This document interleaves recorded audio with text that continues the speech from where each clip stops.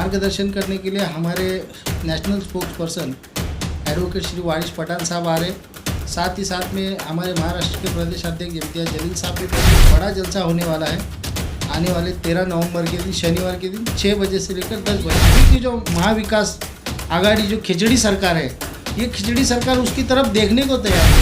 27 ये जो चुनाव आ रहा है चुनावी टाइम है, क्योंकि देखा जाए तो नगर पालिका का चुनाव नज़दीक है और इस बीच जो है एमआईएम काफ़ी एक्टिव होती हुई दिखाई दे रही है। इसके पहले एमआईएम क्यों ने मतलब बहुत सी ऐसी समस्याएं थी, बहुत सी ऐसी बातें हैं जो आपके राष्ट्रीय अध्यक्ष हैं उनके पास पहुंचाई गई, लेकिन उस पर कभी उन्होंने आवाज़ नहीं उठाया। अभी चुनाव नज़दीक आया तो फिर आप लोगों की रैली और फिर धरना मोर्चा फिर उसके बाद सभाएँ की जा रही हैं। जैसे कि आपने कहा कि सत्ता की पावर, क्या आप सत्ता अपनी बना पाएंगे? अगर आपकी सत्ता नहीं बन पाए तो आपके भी नगर सेवक उसी तरह जिस तरह से आज डर बदर भटक रहे हैं जो नगर सेवक अपने विकास के विश्वास है कि सबसे बड़ी पार्टी बनकर एमआईएम उभरेगी।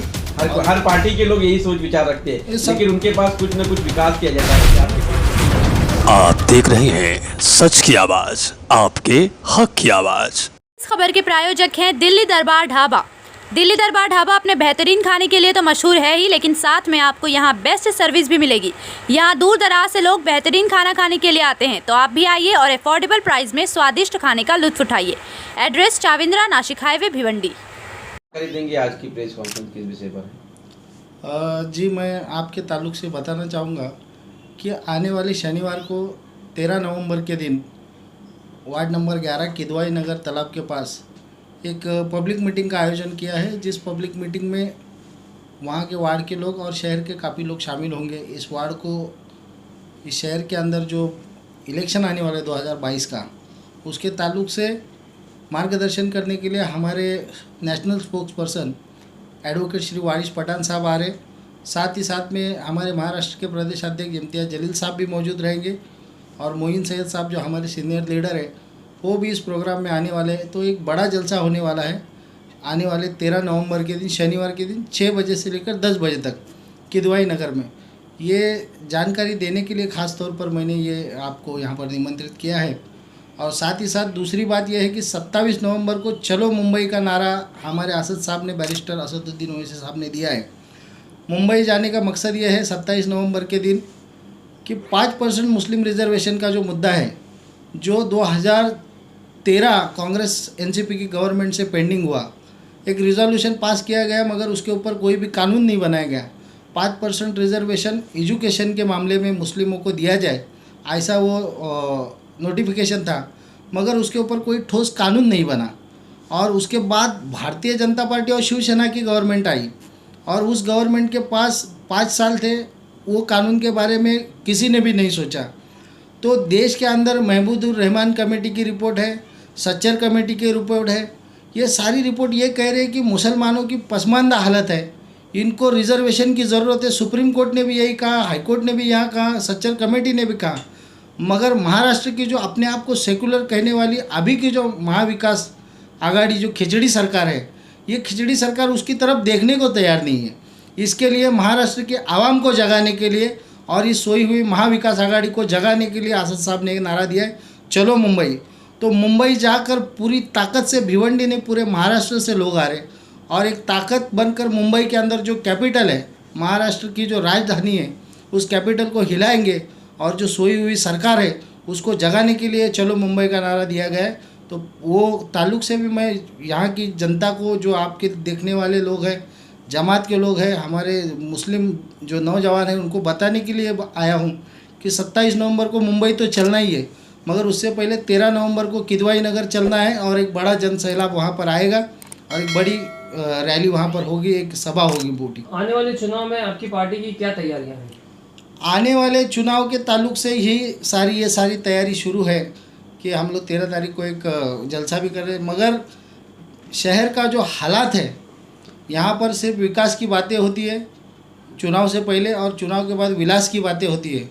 तो ये जो है, इस मंजर को अगर बदलना है तो नए लोगों को चुनकर लाना पड़ेगा, नए नुमाइंदों को भेजना पड़ेगा। तो आपकी पार्टी ने कुछ सिलेक्शन किया होगा ना कि किस तरह के कैंडिडेट्स आपकी पार्टी जो है जिनको टिकट देगी कैंडिडेट? बिल्कुल सर, अभी तो इतना जल्दबाजी नहीं होगी क्योंकि अभी 5-6 महीने इस प्रोसेस को बचे हैं, मगर हम कैंडिडेट फाइनलाइज कर रहे हैं।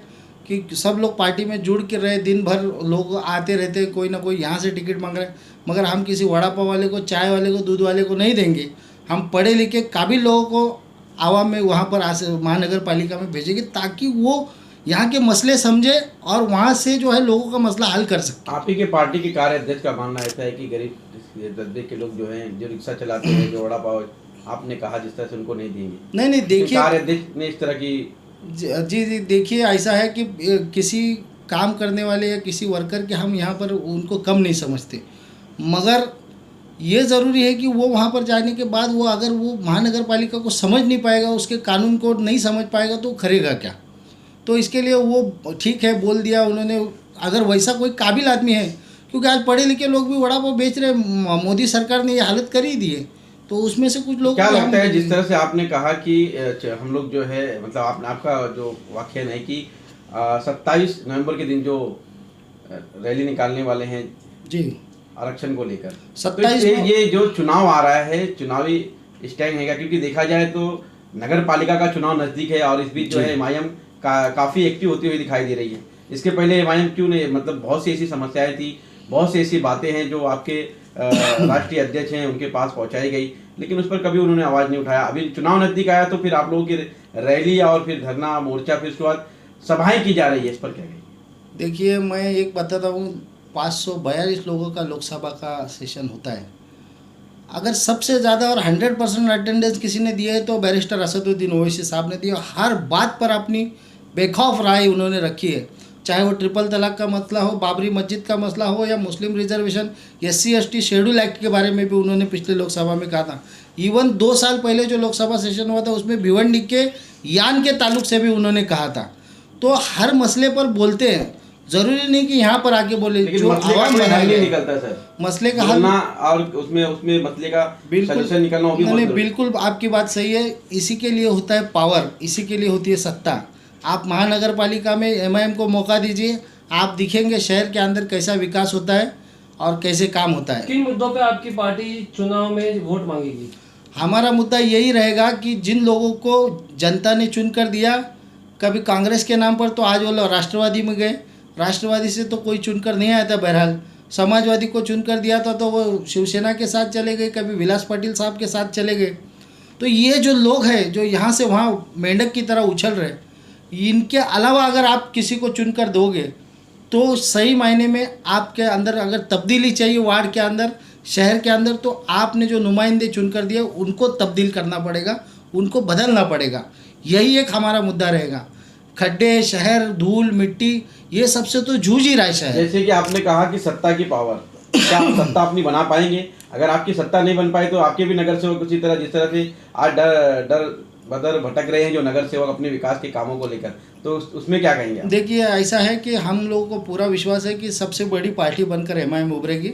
हर पार्टी के लोग यही सोच विचार रखते हैं, लेकिन उनके पास कुछ न कुछ विकास के एजेंडा रहते हैं। आपके पास बिल्कुल, हमने विकास के एजेंडे पिछले महानगर पालिका जब से बनी है तब से हमने देखे हैं कि विकास का कहाँ तक एजेंडा गया है। इसमें भी आपके कई कैंडिडेट खड़े हुए, लेकिन आपका खाता तक नहीं खुला।